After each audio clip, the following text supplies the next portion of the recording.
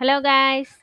நம்ம இந்த வீடியோல என்ன டிஸ்கஸ் பண்ண போறோம் அப்படின்னு பார்த்தோம்னா, நம்ம தமிழ்ல இலக்கணம் தான் டிஸ்கஸ் பண்ண போறோம். ஓகேவா? ஸோ 8th புக்ல 6வது இயலுடைய இலக்கண பார்ட் புணர்ச்சி. ஸோ இதுதான் வந்து நம்ம பார்த்தோம் அப்படின்னா இந்த வீடியோல டிஸ்கஸ் பண்ண போறோம். ஸோ இதுக்கு முன்னாடி வந்து பார்த்தீங்க அப்படின்னா 5 இயலுடைய இலக்கண பார்ட் முடிஞ்சு 6th புக் 7th புக்ல உள்ள எல்லா இலக்கணமுமே கம்ப்ளீட் பண்ணியாச்சு நம்ம. ஓகேவா? ஸோ இலக்கணம் நான் இன்னும் படிக்க ஸ்டார்ட் பண்ணல அப்படின்றவங்க சீக்கிரம் போய் படிக்க ஸ்டார்ட் பண்ணிடுங்க. ரொம்ப ரொம்ப இம்பார்ட்டன்ட் இலக்கணம் தான். 85 கொஸ்டின் வந்து நம்ம இலக்கணத்துல தான் வரப்போகுது. ரைட்டா? ஸோ இதுல நம்ம பார்க்க போறது என்னது அப்படின்னா புணர்ச்சி. ஸோ இதுல வந்து நம்ம நோட்ஸ் வந்து நம்ம எடுத்திருக்கோம். ஸோ என்ன மாதிரி கொஸ்டின்ஸ்லாம் கேட்கறதுக்கு சான்சஸ் இருக்கு. ஸோ அது எல்லாமே நம்ம நோட்ஸ் எடுத்திருக்கோம். ஸோ இதுல வந்து என்ன மாதிரி கொஸ்டின்ஸ்லாம் கேட்குறாங்க அப்படின்றத பார்க்கறதுக்கு முன்னாடி ஃபர்ஸ்ட் புணர்ச்சினா என்ன அப்படின்றத ஃபர்ஸ்ட் பார்த்துடலாம். ஓகேவா?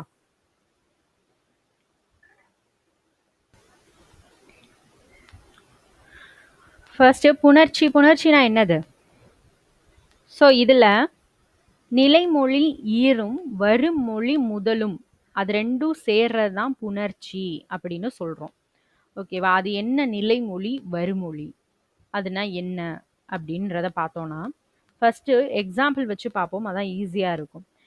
தமிழ் அமுதம், தமிழ் ப்ளஸ் அமுதம் தான் தமிழ் அமுதம். ரைட்டா? ஸோ இதில் நம்ம தமிழ் அமுதம்ன்றதை பிரிக்கும் போது தமிழ் ப்ளஸ் அமுதம் அப்படின்னு பிரிக்கலாம். இதில் ஃபஸ்ட்டு இருக்கிறது தான் என்ன சொல்லுவோம்னா நிலைமொழி. ரெண்டாவது இருக்கிறது தான் வருமொழி. அது இது கூட வந்து ஜாயின் ஆகுதுன்னு ஞாபகம் வச்சுக்கோங்க. அதனால ரெண்டாவது வந்து வருமொழி. ஃபர்ஸ்ட் இருக்கிறது அப்படியே தான் இருக்கும்.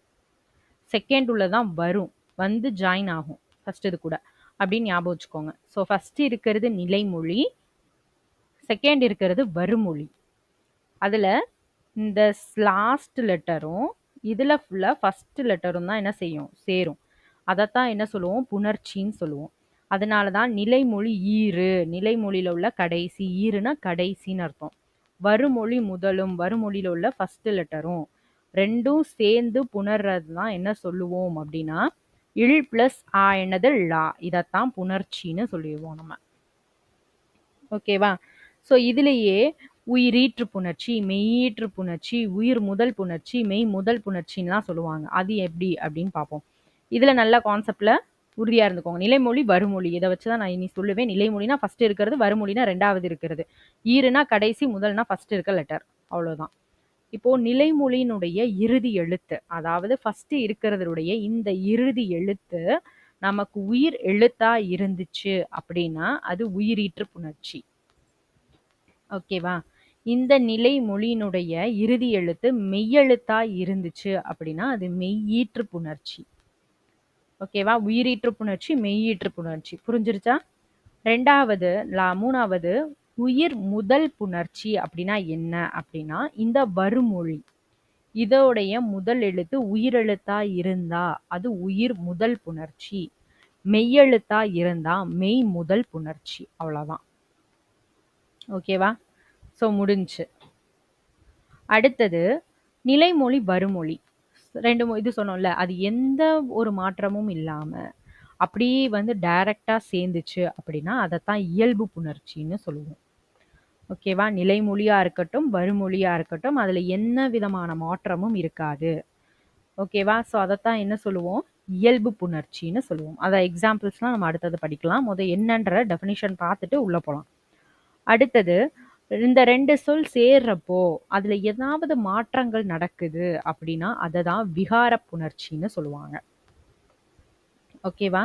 நிலைமொழியாக இருக்கட்டும் வருமொழியாக இருக்கட்டும் இல்லை ரெண்டில் ஏதாவது ஒன்றில், ரெண்டில் இல்லைன்னா ஏதாவது ஒன்றில் மாற்றம் நடக்குது அப்படின்னா அதைத்தான் என்ன சொல்லுவோம்னா விகார புணர்ச்சின்னு சொல்லுவோம்.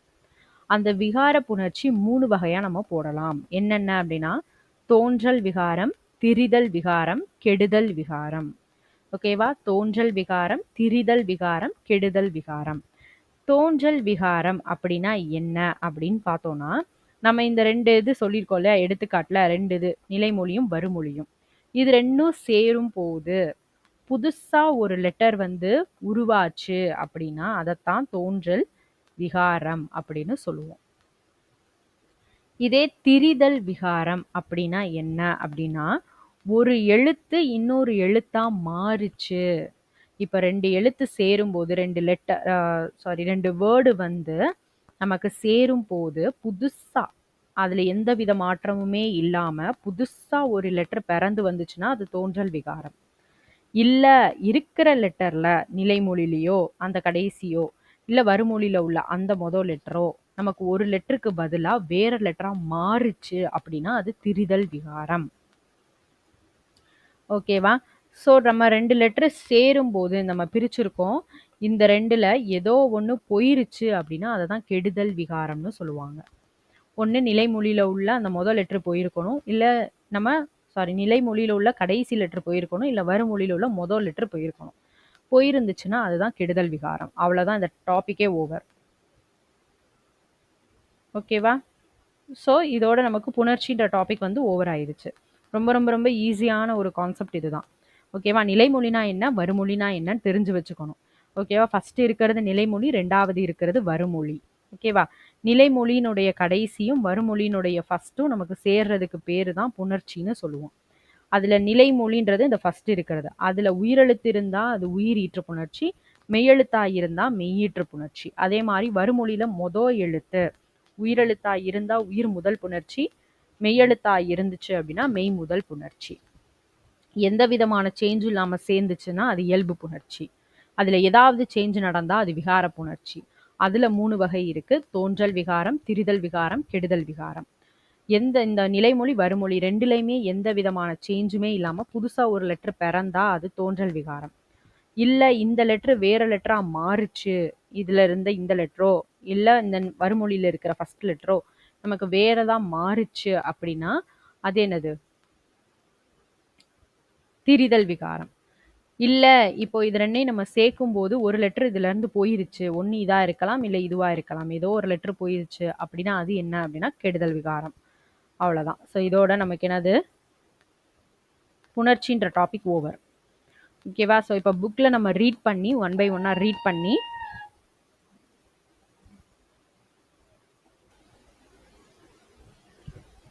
ஸோ இதில் நமக்கு என்ன சொல்லுவோம்? இந்த மாதிரி கொஸ்டின்ஸ் தான் புணர்ச்சியை பேஸ் பண்ணி அதிகமாக வரும் நமக்கு. நம்ம ரீட் பண்ணி ஒன் பை ஒன்னாக ஸோ அதில் என்ன மாதிரி கொஸ்டின்ஸ் எடுக்க முடியும் ஆப்டிடியூடுக்கு அப்படின்றத நோட் பண்ணியிருக்கோம். ஸோ அதை வந்து நம்ம இப்போ டிஸ்கஸ் பண்ணலாம். ஓகேவா? ஸோ ஃபர்ஸ்ட் கொஸ்டின், நிலைமொழி ஈரும். நான் சொன்னதான் அப்படியே வரிசையாக வரும். இந்த கதை புரிஞ்சிருச்சுன்னா இந்த டாபிக் ஈஸி. நிலைமொழி ஈரும் வருமொழி முதலும் இணைவதையே டேஷ் என்கிறோம். புணர்ச்சி. ஸோ எடுத்துக்காட்டு தமிழ் பிளஸ் அமுதம் இஸ் ஈக்குவல் டு தமிழ் அமுதம். ஓகேவா? நெக்ஸ்ட், நிலைமொழியின் இறுதி எழுத்து உயிரெழுத்தாக இருந்தால் அது டேஷ். நிலைமொழியினுடைய இறுதி எழுத்து உயிரெழுத்தா இருந்துச்சு அப்படின்னா அது என்னது? உயிர் ஈற்று புணர்ச்சி. ஓகேவா? ஃபார் எக்ஸாம்பிள்,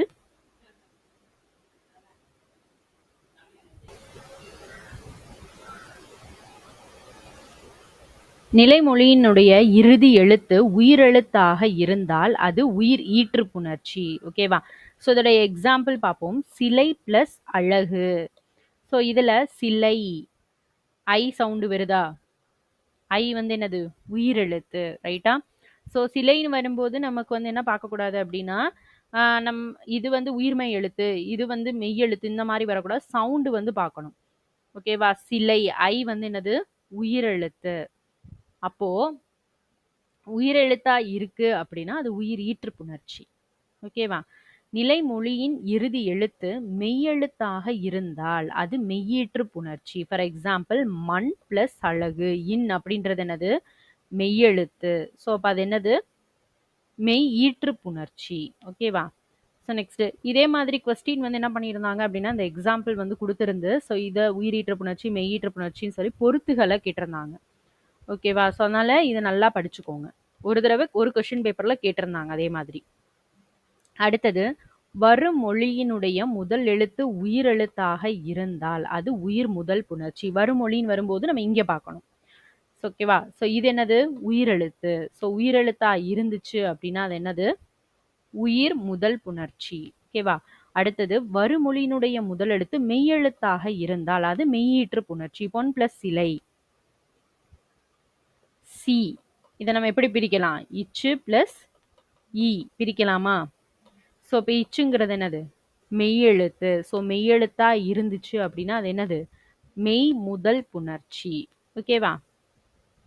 நெக்ஸ்ட், நிலைமொழியும் வருமொழியும் எவ்வித மாற்றமும் இன்றி இணைவது இயல்பு புணர்ச்சி. எந்த விதமான மாற்றமும் இல்லாம இணையும். அதுதான் இயல்பு புணர்ச்சி. ஃபார் எக்ஸாம்பிள், தாய் பிளஸ் மொழி, தாய்மொழி. ஸோ எந்த சேஞ்சுமே இதுல கிடையாது.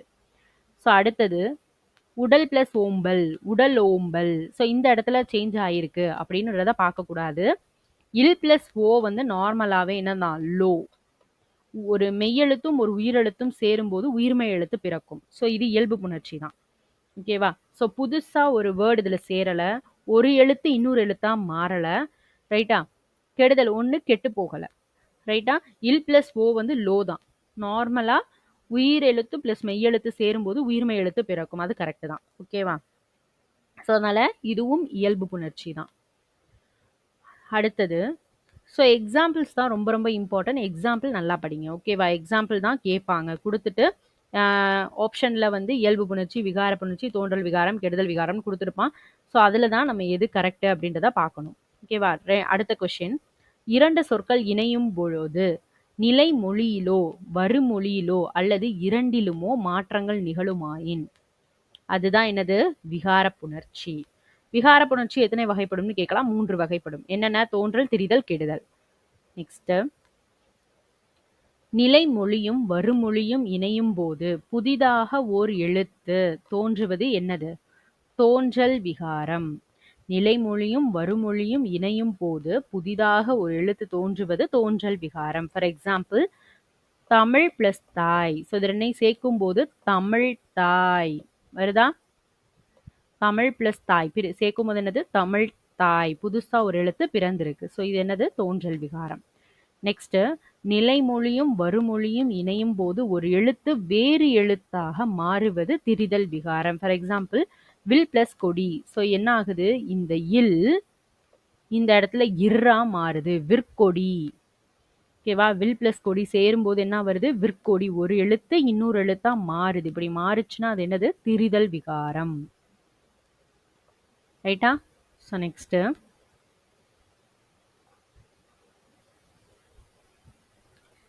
நிலைமொழியும் வருமொழியும் இணையும் போது ஒரு எழுத்து மறைவது, மறைஞ்சு போறது என்னது? கெடுதல் விகாரம். ஃபார் எக்ஸாம்பிள், மனம் பிளஸ் மகிழ்ச்சி. ஸோ இது ரெண்டும் சேர்த்து எழுதும்போது என்ன ஆகும்? மன மகிழ்ச்சின்னு வரும். அப்ப இந்த இம் வந்து கெட்டு போயிடுது. ஸோ அதான் மன மகிழ்ச்சி. ஓகேவா? ஸோ இப்போ நம்ம வந்து எக்ஸ்பிளைன் பண்ணது எல்லாமே நீங்க வந்து எடுத்துக்காட்டு பார்க்கும்போது அண்டர்ஸ்டாண்ட் ஆயிருக்கும் இந்நேரம். கரெக்டா?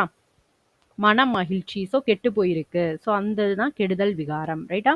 இப்ப 2 சொற்கள் இணையும் போது ஒன்றுக்கு மேற்பட்ட விகாரங்களும் நடக்கும். இத வந்து நம்ம சரியா தவறால கேட்கலாம். 2 சொற்கள் இணையும் பொழுது ஒன்றுக்கு மேற்பட்ட விகாரங்கள் நிகழ்வதும் உண்டு. சரியா தவறான்னு கேட்கலாம். இல்ல ஒன்றுக்கு மேற்பட்ட விகாரங்கள் நடக்காது, நிகழாது. சரியா தவறா? ஸோ இப்படி கேட்கலாம். ஓகேவா? இதுக்கு எடுத்துக்காட்டு, நாடகம் பிளஸ் கலை. நாடகக் கலை.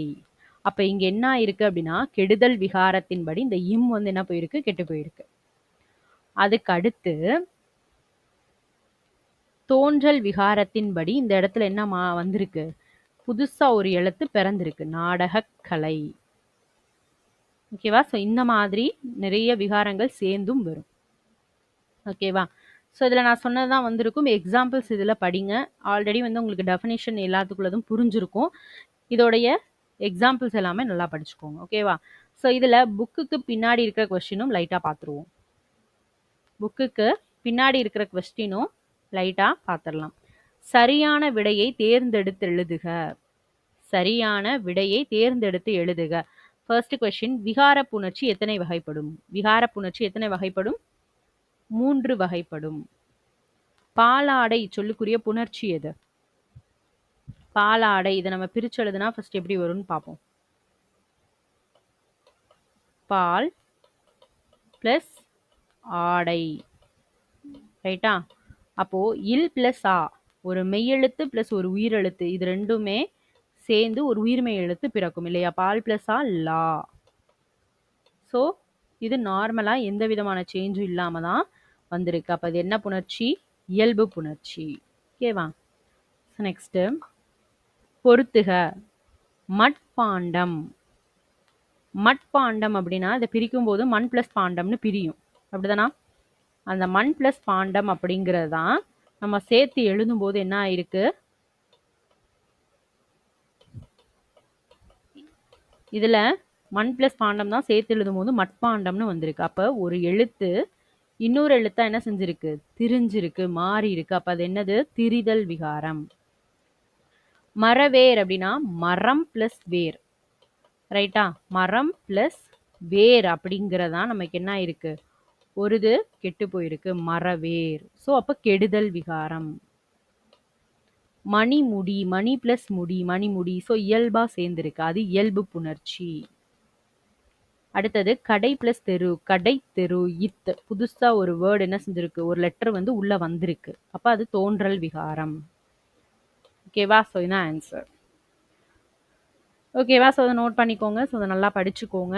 ஸோ பார்க்காதவங்க சீக்கிரம் நம்மளோட பிளேலிஸ்ட்டில் இலக்கணம் கொடுத்துருக்கோம். ஸோ இலக்கணத்தில் எனக்கு டவுட்ஸ் இருக்குது அப்படின்றவங்க அதில் போய் படிக்க ஸ்டார்ட் பண்ணிடுங்க. ஓகேவா? தேங்க்யூ.